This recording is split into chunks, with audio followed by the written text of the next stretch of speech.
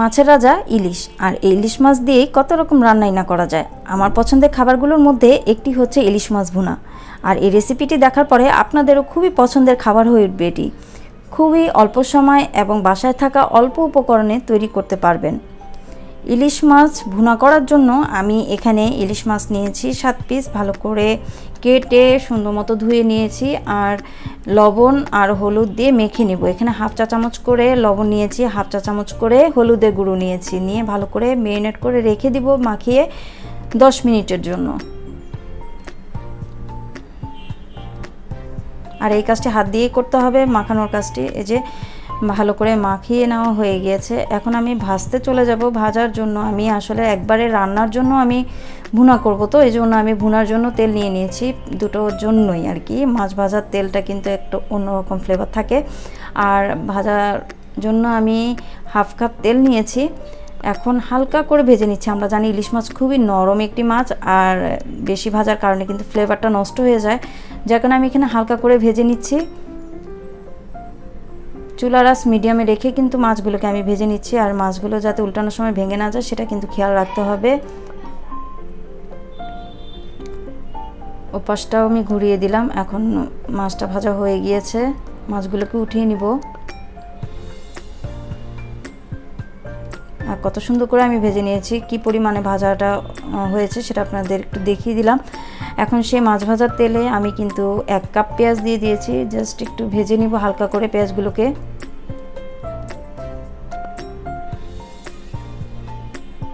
এখন দিয়ে দিব 1 চা চামচের মতো রসুন, দিয়ে একটু নেড়ে চেড়ে নিব।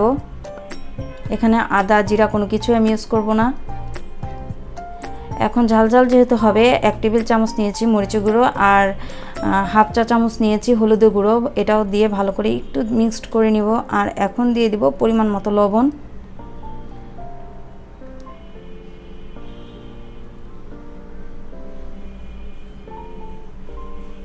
মশলাগুলি কষানোর জন্য আমি এখানে একটু পানি দিয়ে দিয়েছি, আর পানি দিয়ে ঢেকে রেখেছিলাম 2 মিনিটের জন্য। তো 2 মিনিট পরে এই যে মশলাটা যখন এভাবে ভুনা হয়ে গিয়েছে, কাঁচা ফ্লেভারটা যখন চলে গিয়েছে, তখন আমি এখানে একটু নেড়ে চেড়ে দিব, আর দিয়ে দিব টমেটো। এখানে আমি 1টি টমেটো নিয়েছি মিডিয়াম আকারের। টমেটো দিয়ে 1 মিনিট পরেই আমি কিন্তু মাছ ভাজা যেগুলো ছিল সেগুলো দিয়ে দিচ্ছি, আর একটু সাজিয়ে দিচ্ছি মাছগুলোকে। 10 থেকে 15 মিনিট সময়ের মধ্যে কিন্তু আমি এই মাছ ভুনাটা করে উঠিয়েছি। এখন 6-7টি কাঁচামরিচ দিয়ে দিব। কাঁচামরিচের আগাটা একটু কেটে নিয়েছি যাতে ফ্লেভারটা বের হয় আর দেখতেও সুন্দর লাগে। একটু সাজিয়ে দিচ্ছি। এখন দিয়ে দিব সামান্য পরিমাণে পানি। আপনারা দেখতে পাচ্ছেন কি পরিমাণে পানিটা আমি ইউজ করেছি। আর ঢেকে দিব 2 মিনিটের জন্য। 2 মিনিট পরে আমি একটু ধনিয়া পাতা কুচি দিয়ে দিচ্ছি।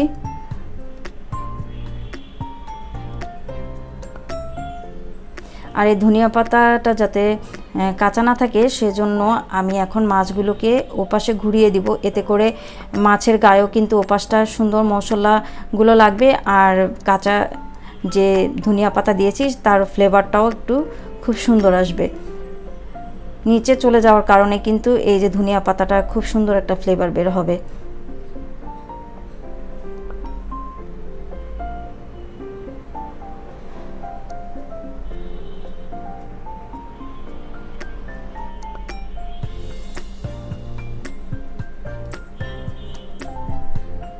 এখন আবার ঢেকে দিব আমি মাছগুলোকে 2 মিনিটের জন্য। ফিরে আসলাম 2 মিনিট পরে। এই যে দেখুন তেলটা কি সুন্দর উপরে উঠে এসেছে। আমি একটু আপনাদেরকে কাছে থেকে দেখিয়ে দিব কি পরিমাণে আমি রেখেছি। এখন কিন্তু আমি চুলার আঁচটা নিভিয়ে দিব।